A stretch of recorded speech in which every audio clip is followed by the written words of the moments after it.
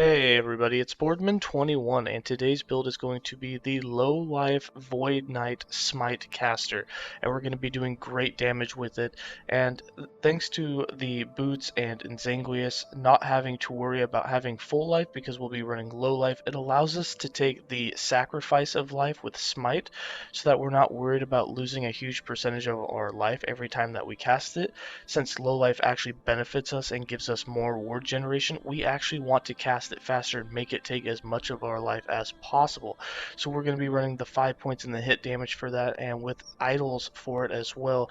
It's going to be a pretty good damage boost for it. It's going to be critting mobs for 10 to 15k. We can hit the training dummy for well over 100k damage, and it's a pretty powerful skill. On top of that, using it gives you mana back, so your other skills can just be focused either on defense, increasing your cast speed, increasing your move speed, or anything else that you might want to do with them. Your overall tankiness in this build, even though you're not stacking armor protections or anything, is not horrible. We've managed to push it over 100 waves in the arena, so it has some tankiness to it. You can take on the bosses. The first few hits that you do on the boss is going to hit really hard. Of course, the damage reduction will then kick in, and then it'll slow down a bit, but for the most part, you're going to be killing things extremely quickly, and it's really fun because Smite itself is just visually pleasing, and I really love it, and I'm glad that it's finally becoming a good skill. Alright, let's go ahead and get into the skills. For skills, we're running Devouring Orb, Anomaly, Sigils of Hope, Volatile Reversal, and Smite. For Devouring Orb, we're just using this for a little bit of movement speed buff, and for the global damage increase that it gives, we have 6 points in Void Adept, 6 points in Abyssal Juggernaut, 1 point in Dark Moon, 2 points in Abyssal Rush, 1 point in Cosmic Impact, and 4 points in Sightless Star. For Anomaly, we're using this defensively, although we don't want any leech because the point is to keep our life low. So we did switch around a few points to give ourselves more critical strike chance. We have 2 points in Emission, 1 point in Immediacy, 1 point in Void Touched, 1 point in Time Bubble, 5 points in Manipulation, 4 points in Temporal Mastery, 1 point in Lingering Memory, 1 point in Time Lord, 2 points in Swift Rest, 2 points in Manipulation. For Sigils of Hope, we did this so that we could get more void damage for our 5th skill. We have 2 points in Iron Sigils, 5 points in Enduring Hope, 1 point in Tetragram, 5 points in Empowering Sigils, 1 point in Last Wish, 3 points in Decree of Flame, 1 point in Sigils of Despair, and 2 points in Burning Sign. For Volatile Reversal, we don't always use this, but when we do, it's usually when we're at a boss or if we're in the arena, because we'll start bouncing it around all over the place. However, if you're going through the Monolith of Fate, I usually don't use this until I get to the very end, but the reason that you want it is it gives such an increase to cast speed that it allows you to just start spamming Smite so fast. We have 3 points in Time Sap, 1 point in Time Lost Vitality, 3 points in Warped Time, 3 points in Catching Up, 1 point in Incipient Void Rift, 1 point in Shifting Power, 1 point in Terminal Void Rift, 2 points in Food for Worms, 2 points in Traveler's Fatigue, and 2 points in Ancient Reversal, with the last point going in Time Lost Wisdom. And then for Smite, our damaging skill, we can now put 5 points in Sacrifice and go ahead and lose 15% of our current health every time we cast it. This actually benefits us.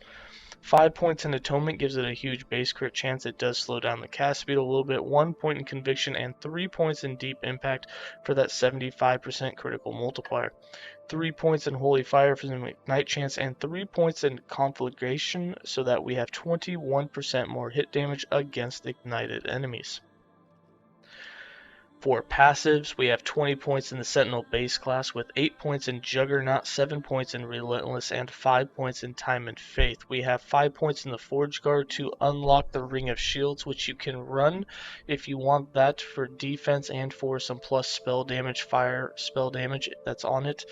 whenever you cast it for 4 seconds. Otherwise, for us, we just ran Time Reversal instead, but you can switch those two back and forth. We have 5 points in Prime Fighter for the Paladin so that we can get the Sigils of Hope, and because this tree actually has a lot of health in it, we have 8 points in Defiance, 2 points in Honor, and 10 points in Flash of Brilliance for that 150 health. That health helps you build a lot because the more maximum health you have, the more reward that you will generate per second. And then for the Void Knight, the Mastery, we have 68 points. We have 10 points in Abyssal Endurance, 10 points in Sorrow and Steel, 1 point in Void Corruption, 8 points in Void Bolts, 5 points in Temporal Corruption, 5 points in Echoing Strikes, 10 points in Time Legion, 1 point in Avatar of Regret, and 15 points in Dread. For items, we have a 1x4 void damage increase, and then for our smite idols we have percent increased damage of smite. You can get up to 53%. You want as many of those as you can get. If you only have a couple, go ahead and throw in your flat or increased health Lagoonian idols that you have. For the equipment, we're once again running the Insanguius and the Last Steps of the Living uniques. The rest of this gear is the same health gear that we've been using on all of our other characters. That has some set dodge, it has set health, it has dodge, and it has health. And it had spell damage on it, which was fine. We wanted to keep spell damage for this. We had to redo the helm. We put set glancing blow, attunement, and increased health on it. And then we have a two-handed staff, which we did spell critical strike chance and increased cast speed. If you want more damage and you don't care about your cast speed or it always being a crit, you can always run increased void damage and increased spell damage. Both of those are really going to help the skill. We also have chance to chill and chance to slow. Since we'll be casting from a distance, both of those things will help us. And the gameplay of this is really simple. I like to put everything on autocast, including Smite. I will actually put my Anomaly, my Devouring Orb, and my Smite all on autocast.